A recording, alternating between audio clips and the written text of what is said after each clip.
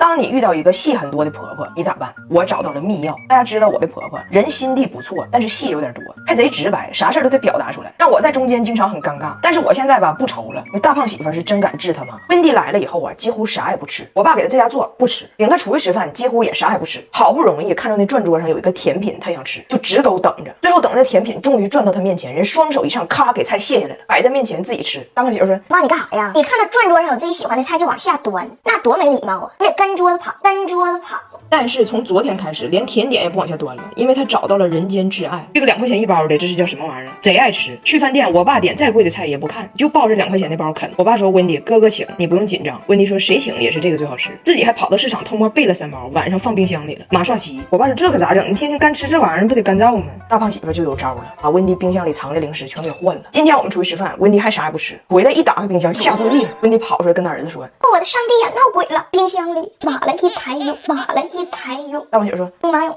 兵马俑。”大胖媳妇教育完他妈挑食，又教育他妈咋做人。前2天我们几个要去室内冲浪，温迪很开心，还以为要穿比基尼呢。咱也不知道外国人是咋回事啊，他们可以不化妆，但必须没有体毛，浑身漂白，脱的溜干净，整的像那个白海豚似的。反正就是要脱，人自己还从加拿大带回来的蜡纸。我爸呢看桌上一沓蜡纸，也不知道啥玩意儿，以为是我的呢，就用了2张给我大姨粘毛了。用完还说这是啥玩意儿？毛下来了，大衣也下来了。温迪回家看着了，你怎么能用我的蜡纸？这合一张$1呢，你用了我2张。我爸说那咋整？我赔你啊。大胖媳妇没事，爸不用管他，我有招。大胖媳妇就想出了一招整他妈。咋回事呢？头一天晚上温迪丢垃圾的时候，把我爸一张很小的电话卡给丢了。那卡是我爸给我们家办 WiFi 的时候人家给的卡，就得用这个卡才能给我们家网充钱。现在卡被温迪丢了，网还用着。我爸本来说你别跟他说了，我去补去吧。大胖媳妇说：“妈妈你过来，你是不是丢个卡？”温迪说：“是啊。”完了，我老丈人本来是公务员，现在让你整成老赖了，欠钱不还，没有信用了。温迪说：“那咋整啊？”大胖媳妇，你想救你的哥哥吗？想，那就不能用网了，得开你热点了。我开热点，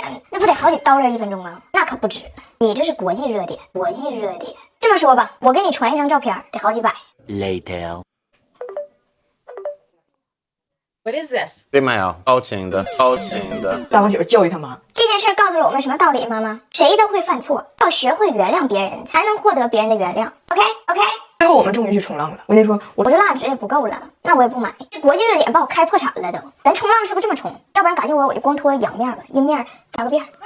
没事，温迪，其实你也不用蜡纸，你就用 ULike 这个脱毛仪，脱毛更干净，不留小黑茬。这个美容院同款的蓝宝石冰点头，不会对皮肤造成损伤。你这种怕疼的也可以用。开个智能连闪，窄边框也不容易漏打，10分钟全身都能脱完，还给你配个消毒盒，更卫生。而且吧，它不是短暂的脱干净，是让这个毛发越来越软，长得越来越慢。温迪说：“那这玩意儿就给我吧。”然后就冲浪去了。冲浪的时候想起来说：“那我带来蜡纸，我也得带回加拿大，谁也不许碰。”然后他儿子在家就给他发来了视频。有人。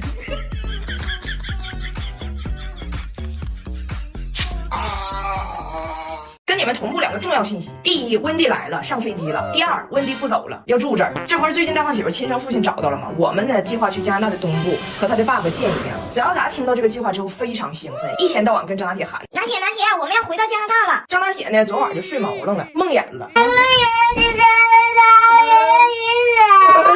看妈妈做梦了，知道不？看妈妈，这次是去哪儿？我不想去加拿大。我一看孩子睡毛愣了，我正要给张姐叫醒呢，一条来自温迪的信息来了：“我要上飞机了，30个小时之后见哦，耶！”我放下手机跟张姐说：“我说孩子别怕，梦都是反的，不是你去加拿大。”张姐说：“我说是加拿大自己过来了。”但这次温迪来情况可不一样，他没有买回去的机票，我没夸张，这是真事儿啊。今年呢，温迪本来没有预算要来中国，加拿大这2年的气温呢也是越来越热了。温迪和布莱恩他家呢只有俩电风扇，2口就攒钱想买个中央空调，攒了3年钱就确定今年要买，马上要买了。温迪说不行，他太想孙子和孙子了，血压飙到190了，这笔公款他一定得挪用一下，就空调不买了，买机票。布莱恩呢当然表示强烈的抗议，毕竟去年温迪为了来中国钱不够，把人家布莱恩的牙医给停了，老头现在缺颗门牙还没安呢。但是温迪不听，执意要走，于是布莱恩向他发出了最后通牒：你要是这么办事儿，今年夏天还没有凉风吹，你前脚离开加拿大，我后脚就把咱家暖气片卖了买空调。咱家有4个可移动电暖气片，我卖了买空调，大不了到了冬天，老温我再卖了空调买回这些暖气片，爱咋咋地，不过了。温迪和布莱恩就这样陷入了冷战。于是温迪在出发之前给我跟大胖媳妇正式打了一通电话。温迪说：“我的确很小孩子，控制不了，每年飞来飞去真的太费钱，所以这个事儿我仔细想了一下，以后我不会再来了。”大胖媳妇嘴角露出了一抹微笑，然后温迪说：“因为我呢不走。我正式应聘当你家阿姨，你家阿姨你一个月给她多少钱？就给我一样的，我也不多要。你们呢考虑一下，等我下飞机之后咱们细聊。说实话，我是有点动心了。他带孩子啥样咱先不说，他真带素材呀。大胖媳妇一看我动心了，十分激动啊，朝我怒吼：聪明的女人可以花10万块钱请一个阿姨来到家里，但绝不会花1分钱把婆婆请到家里。Like food with no spice and no season。他疯了。大胖媳妇这是满心不理解，她说我啥不能干的，你找她干啥呀？省钱还得看我，买东西沃尔玛88毫不结就够了，不凑单不用等，其他购物节没得比。这榴莲冰淇淋4个才19块9%，100%动物奶油芝士蛋糕19块9，沃尔玛都能教会老外咋省钱。但是有一个大问题呀，我说温迪啊，我们准备趁着暑假全家去加拿大的东部看一下大胖媳妇的亲生父亲，也就是你的前男友，那么你咋办呢？温迪说我一起去啊，孩子在哪儿我在哪儿，我是阿姨呀，而且加拿大我多熟悉啊，那有啥不能去的？现在温迪上飞机了，布莱恩在加拿大的酷暑中煎熬，越想越觉得哪儿不对，忍不住给大胖媳妇发来了信息。布莱恩说这个事儿我咋想咋觉得哪儿不对，我在加拿大的西部没有空调，钱让你妈花了，去中国找你们去了，然后你们带着她去加拿大的东部找她前男友去了。你说这个事儿其实里外里是不是就是我在西边攒了3年钱，送我媳妇儿上东边找老头找老头？人生病了到底应该怎么治？我被我家这3个外国女性震惊，三观撼动，甚至开始怀疑人生。我的小姑娘玛丽莎最近有点小问题，姨妈来了20多天，然后肚子疼的不行。我妈虽然烦温迪在铁岭待着不来跟她见面，但是听说玛丽莎这事儿也挺惦记，让我领着她去医院看看。温迪说哦，谢谢你的妈妈，不用担心，我会照顾好她的。然后照顾的我目瞪口呆呀。他们的照顾方式就是1片去痛片，1桶冰淇淋，再加上1大杯冰可乐，再疼再来一次，拿冰激凌和冰可乐去服用去痛片。去痛片被顺进胃里的时候也懵了，要不我走，那个去痛片都得吃个去痛片缓缓，去痛片都得吃个去痛片缓缓。我就忍不住问温迪，我说你年轻时候肚子疼也冰可乐加去痛片啊？温迪说啊，我不一样，我得加伏特加。才让我告诉你，去痛片加酒，药效变3倍，特别的省药。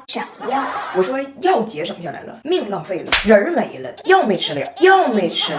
你们别听他这歪理啊，吃药可别喝酒。但是我最近这不也不舒服吗？他就在我旁边一直唠嗑。我爸嫌他太闹，就提出领他们所有人去按摩艾灸，也正好跟他们输出一下养生文化。到了之后，那温迪那个嘴呀，就一直在问问题，指着那个穴位图问我爸，为什么这个可怜的男人浑身都是病？为什么他的脚还能得便秘呀？拿铁看着那个按摩店的床有个窟窿，就跟我爸说，老爷，你把奶奶的脑袋装进那个洞里去，他就不能说话。你把小脑袋伸进去吧。我爸说我外孙真有出息，于是我爸就请温迪做按摩，开背让他头朝下，这样他就不能说话。没想到温迪那就跟孙悟空一样啊，脑袋塞进窟窿里也说话，给他做艾灸把他关小盒里也说话，浑身拔着罐子他也说话。温迪1秒不停，都不给按摩师一个劝他办卡的契合，压根插不进嘴。最后经过温迪和按摩师的交流这个按摩师都自我怀疑。你说从饮食上，他们吃的东西非常简单，最廉价的碳水，而且一点蔬菜不吃，身体不管出现啥问题，不是冰水就是冰敷。生活习惯上主打一个拥抱寒凉，去任何地方都是抢正对着空调的地方吹。到内蒙再冷的晚上也是大裤衩子配拖鞋，在加拿大即使是下雪也坚决是大棉袄配大裤衩，以一己之力向苍天求一条老寒腿那种感觉。但是很奇怪呀，你看他们虽然是跟养生反着活的，但他们体力极好，精力极其旺盛。所以我想可能啥调理都不如他们一个心大有用。心大心里不装事儿，所以他们睡得好，尤其有慕斯床垫睡得更香。咱家这慕斯床垫高分子太空树脂球，搭配德国进口的阿胶弹簧和穆勒3D 材质，支撑贴合好又舒缓压力，还贼透气，真是家有慕斯睡得香。最后那按摩师傅决定不加钱，免费给他走个罐，给温迪疼的呀，在床上像一个翻滚的大白鲸，但依然一直说话。我爸不在屋，温迪就一直进攻按摩师，问人家，哎，我看电影你们中国人可以点穴，一点这人就不能动不能说话了，你会吗？按摩师说失传了。温迪说咋还失传了呢？按摩师说咋就失传了呢？拿铁，你喜欢奶奶吗？喜欢奶奶，奶奶要走了吧？不知道啥时候走啊？差不多了吧？差不多了。